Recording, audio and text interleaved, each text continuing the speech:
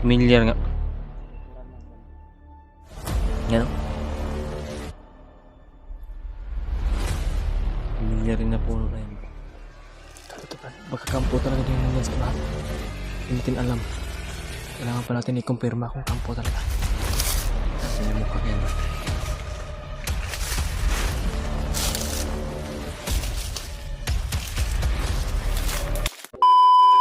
Yun mga tolo.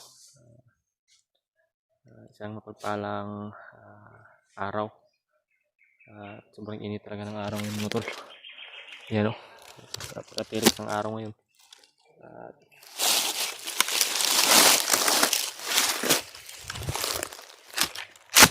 Dito kami ngayon. Si Bradley at saka si Brad Edward kasama ko. Si Brad Janre. Nandun mo to sa dyan banda sa dyan sa ilalim.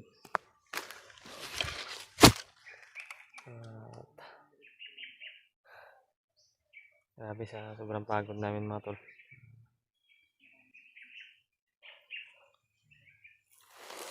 Walang maayos sa tulog. Kasi hindi pwede na matulog kami na maigi. Kasi hindi pwede na hindi kami mag-iingat. So ngayon magkasama na kami tatlo. Kasama na namin si Brilliant. At ngayon mga tol ay yung target talaga namin ay makita yung bag at saka cellphone ni Brad Buds. Saan na sila bandang ngayon. So, kasama namin si Brad Janre. Itong direksyon na binabaybay namin, ito daw yung direksyon kung saan nagtungo, kung saan dumaan yung mga bandido na may dala sa cellphone ni Brad Buds. Nabalitaan din namin mga tol, nakita din namin si Noah, yung alaga ni Brad Buds ay siya yung pinagbintangan kasalanan. Si Brad Buds ay nakatakas sa kamay niya kasi siya yung may bit-bit, may dala kay Brad Buds. Siya yung inutusan ni Adrian. Siya yung magbantay kay Brad Buds, siya yung maghawak kay Brad Buds. Pero nakakuha ng tsimpo si Brad Buds. Nakatakas siya ganap na gabi. Ngayon patuloy tayo kami sa pagsusunod-sunod sa direksyon kung saan sila dumaan. Sama ngayong pakiramdam ko ng motor. Sobrang init dito sa pasar sa kaon, pasado sa kain. This oras na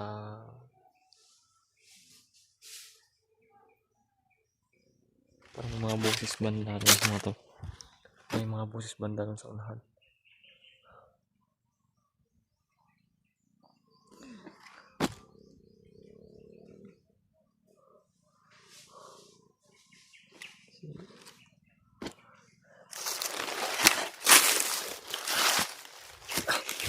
Awa ko sa kalagayan ni Noah mga to.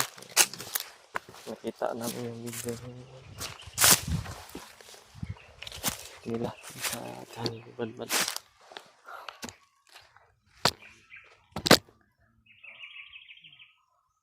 Brad, bihis ka Brad?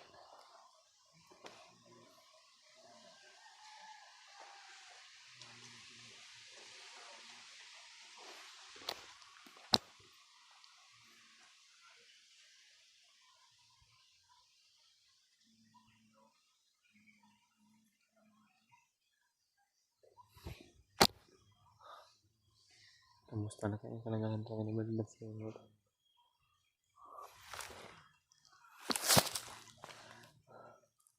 Walang talaga kami balita sa kanya. Nakita nga ako kahapon na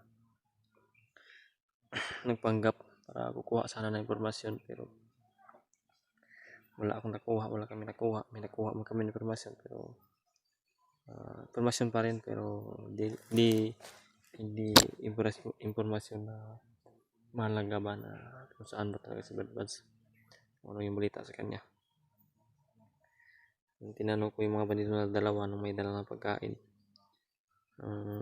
Nakuha ko na talaga ng impormasyon ay yung pagkain na kinuha namin, yung dala nila ay dalhin sana yon kay Commander Butokal. Kasi napapagod din daw sila na naghanap kay Brad Buds. Kasi kung hindi nila hanapin, lagot to sila kay Commander Bagnot. Pero ang dinadasal namin mga tol, dinadasal namin ni Brad Jandy at ni Brad Edward ay sana na hindi nila makuha ulit, makita si Brad Buds, hindi nila mahuli ulit. Para kung makasakali na makita namin si Brad Buds dito, babalik na yung namin sa Nipwersa na 4 kami.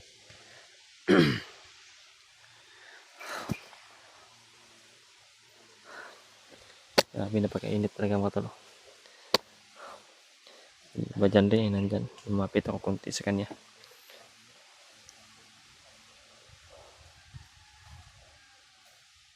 At saka nga po pala mga tol, tungkol sa kay Brad Buds, makontak niyo man yung asawa niya na si Ate Chrissy Marites. Sana na sabihan niyo po siya na mag-relax lang at magpadala sa emosyon, magpadala sa problema. Kasi alam naman natin na si Brad Buds ay gagawa talaga ng paraan para malutas yung problema na to. Sabihan niya po si Ate Chrissy Marites mga tol na huwag sana mag-alala na masyado, magpapadala sa problema ngayon na dinanas nila. Kasi nandito naman kami, handa kami na tutulong at hahanapin namin si Brad Buds kung saan talaga siya ngayon na roroon. Sana magbigay na may makita talaga kami na option kung saan talaga si Brad Buds ngayon. Pwede mga tol na tatawagan natin yung cellphone niya kasi yung hawak ng cellphone niya ay si Commander Adrian, hindi si Brad Buds. Ang importante ngayon, kung hindi namin makita si Brad Buds, ang importante na makita namin yung cellphone niya at saka yung bag niya. Baka sakali na pwede namin na bawiin sa kalaban, ay babawiin namin. Gawa kami ng paraan talaga.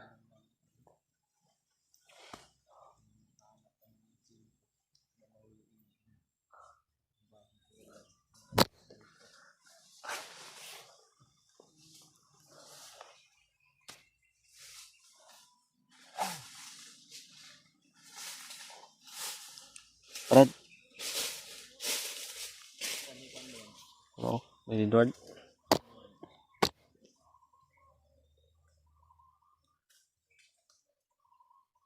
Brad?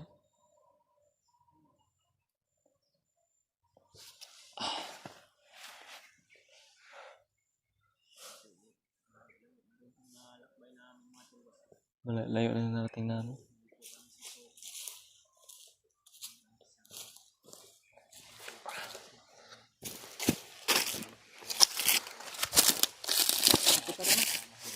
Ha? Kita kami. Tindahan tayo.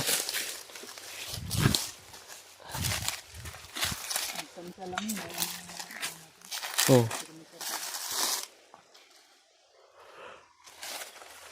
Kung bahala dito sa likuran.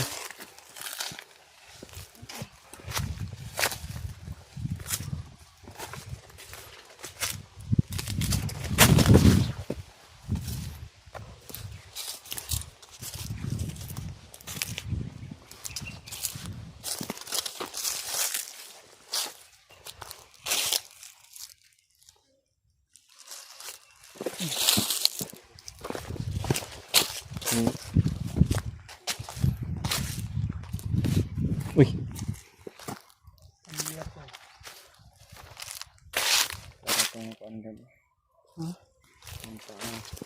Siguro sa loob gumawa sila ng apoy naman. Gumawa sa apoy nito.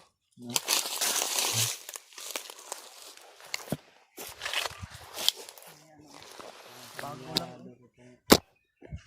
Yung puno ng kahoy ng dada. Milyar nga. Yung sa likuran mo. Yan o. Pamilyar rin na puno na yan ba? Nakikita mo yung upload ni sa YouTube channel ni Kuya Buds, yung pagkawala niya ba? Parang dyan siguro siya pinalo. Parang dito banda yun. Dito. Dyan And kasi yung parang ito yung apoy nila. ginawa nilang upload. Tapos yan o. Talagang ito yung kwan. Ito talaga yung kwan mo. Puno na yan bro. Kaya nasa Direksyon. dyan na pinalo Kuya Buds. Dyan Ha? yung kawala. Hindi. Diyan oh. Yung direksyon. So hindi na natin sigurado. Parang familiar kasi ito. Parang magkatulad nung kwan ba. Mga busis na Brad. Pero kung ito man yung nakakalayo ba? Kung ito man yung area. O ito man yung puno na I-comment po mga tol kung ito ba talaga yung area. Nandito si Brad Buds na nakatakas ba. Yung gabi na in-upload yun sa channel ni Brad Buds. Parang sa tingin ko talaga ito yung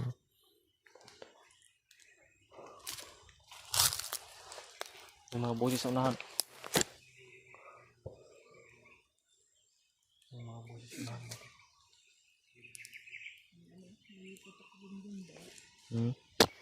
Malayo. Di siguro hagip sa camera natin.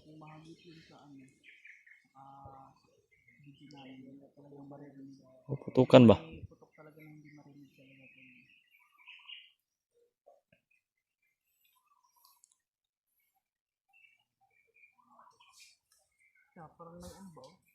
Ingay talaga, may ingay. Busis ng mga tao.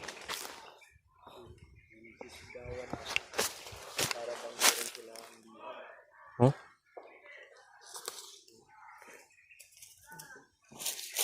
Busis yan. Tingin mo. Brad, may kuan ka man, may pakiramdaman mo muna.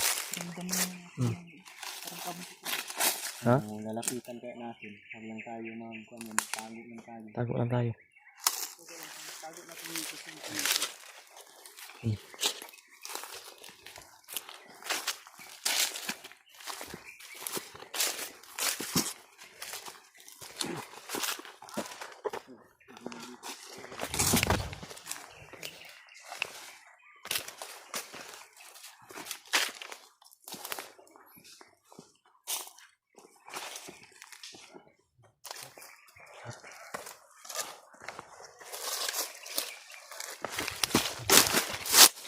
May pulas na oh.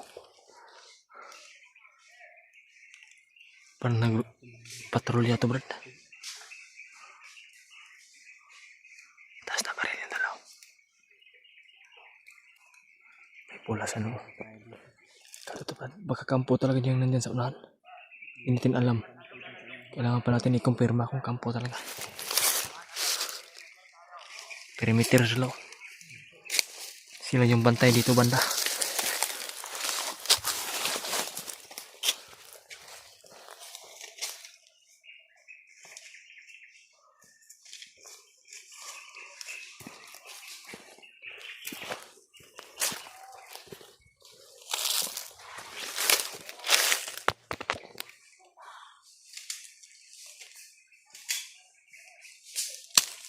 Bakit mo tol? Napakalakas na aura yung naramdaman ko ngayon.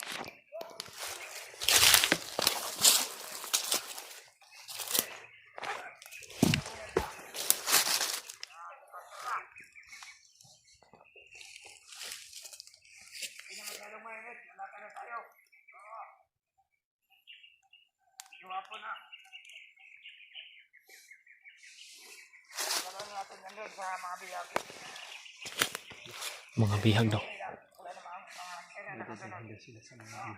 Mga bihag yung sabi nila.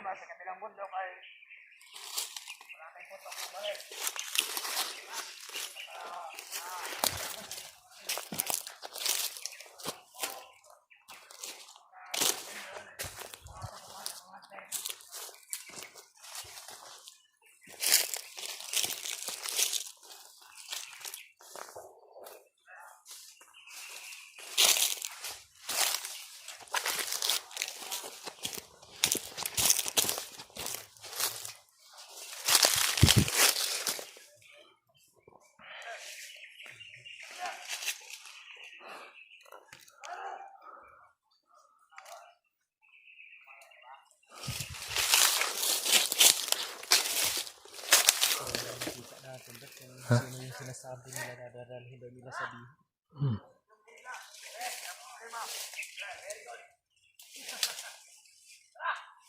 Brad. Pamilyado yung boses. Pamilyado yung boses sa ating mga to.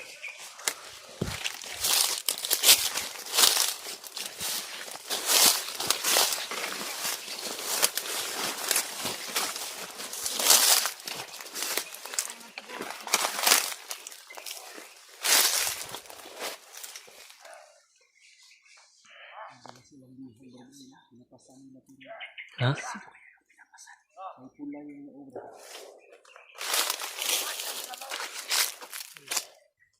Grabe silang kumbar dito. Makita natin yung mukha niyan, Brad.